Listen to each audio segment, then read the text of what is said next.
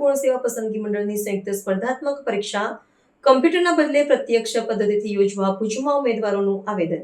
ગુજરાત ગૌણ સેવા પસંદગી મંડળ દ્વારા જાહેર કરવામાં આવેલી સંયુક્ત સ્પર્ધાત્મક પરીક્ષાના માળખા અને આયોજન અંગે ઉમેદવારોમાં ભારે અસમંજસ પ્રવર્તી રહી છે। આ પરીક્ષા પ્રત્યક્ષ લેખિત પદ્ધતિ લેવાશે કે કમ્પ્યુટર આધારિત માધ્યમથી તે અંગે હજુ સુધી મંડળ દ્વારા કોઈ સત્તાવાર સ્પષ્ટતા કરવામાં આવી નથી। આ નિશ્ચિતતાના પગલે કચ્છ જિલ્લાના મુખ્ય મથક ભુજ ખાતે સ્પર્ધાત્મક પરીક્ષાઓની તૈયારી કરતા યુવાનોએ એકત્રિત થઈને જિલ્લા કલેક્ટર કચેરીએ પહોંચીને પોતાનો વિરોધ નોંધાવ્યો છે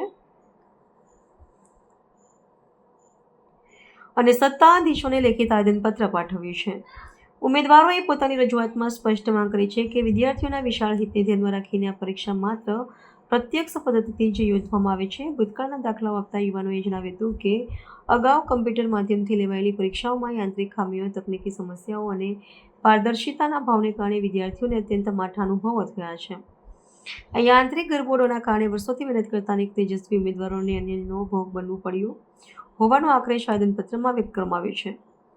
પ્રત્યક્ષ લેખિત પદ્ધતિમાં પરીક્ષાની પ્રક્રિયા વધુ પારદર્શક, ન્યાયી અને ભરોસાપાત્ર રહેતી હોવાનું જણાવીને ઉમેદવારોએ સરકાર અને મંડળને આ જ પદ્ધતિ અપનાવવા આગ્રહ કર્યો છે। યુવાનોએ વહીવટીતંત્રને અપીલ કરી છે કે બેરોજગાર ઉમેદવારોની મહિલાઓની સખત મહેનત એળે ન જાય તે માટે સત્વરે પરીક્ષાના માળખા અંગે હકારાત્મક નિર્ણય જાહેર કરવામાં આવે। જો તંત્ર દ્વારા વ્યાજબી માંગણી પ્રત્યે લક્ષ્ય સેવવામાં આવશે તો રાજ્યભરના પરીક્ષાર્થીઓમાં અસંતોષની લાગણી વધુ પ્રબળ બનવાની અને વિરોધ ઉગ્ર બનવાની શક્યતાઓ જોવા મળી રહી છે।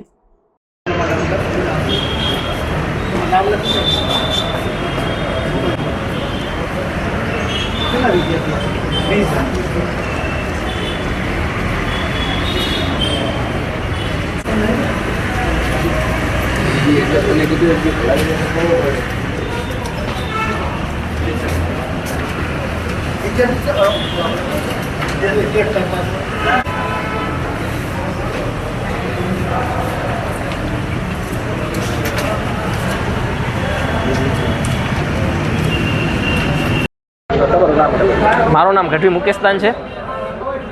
આજરોજ અમે કલેક્ટર કચેરી ખાતે કલેક્ટર સાહેબશ્રીને આવેદનપત્ર આપવામાં આવ્યા હતા કે ગુજરાત ગવર્મેન્ટમાં જે સીસીઈની જાહેરાત થઈ છે અને હવે એ એક્ઝામ સીસીઈની ટૂંક જ સમયમાં સ્થાનિક સ્વરાજની ચૂંટણી પૂરી થશે એની પછી એક્ઝામ લેવામાં આવશે।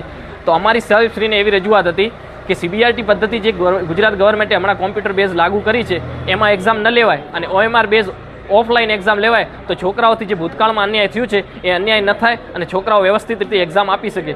ભૂતકાળમાં જે સીબીઆરટી પદ્ધતિથી જે એક્ઝામો લેવડાવી કે ફોરેસ્ટ ડિપાર્ટમેન્ટની હોય કે પછી સીસીઈની એક્ઝામ હોય એમાં વિદ્યાર્થીઓથી અઢળક એમને નુકસાન થયો છે। કારણ કે અમુક એવા વિદ્યાર્થીઓ છે જેમને 50 માર્ક્સ હોય અને એમને નોર્મલાઇઝેશનમાં 70 માર્ક્સ મળ્યા હોય અને એવા કેટલા પણ વિદ્યાર્થીઓ છે તમે એક પીડીએફમાં જોઈ લેજો કે જેમને 100+ માર્ક્સ મળ્યા છે। 100 માર્ક્સની એક્ઝામમાં 100+ માર્ક્સ મળ્યા છે। એવા નોર્મલાઇઝેશનની જે પ્રક્રિયા છે એનાથી વિદ્યાર્થીઓને જે અન્યાય થઈ રહ્યો છે એ અન્યાય બંધ થાય અને ઓફલાઈન એક્ઝામ લેવાય તો બધા વિદ્યાર્થીઓના હિતમાં એક્ઝામ લેવાય અને જે અન્યાય થઈ રહ્યો છે એ બંધ થાય અને હોશિયાર વિદ્યાર્થીઓ આગળ વધી શકે અને જે ગામડાઓના વિદ્યાર્થીઓ છે તે પણ આગળ આવી શકે એવી રીતે એક્ઝામ લેવાય એવી અમારી સરકારશ્રીને નિવેદન છે।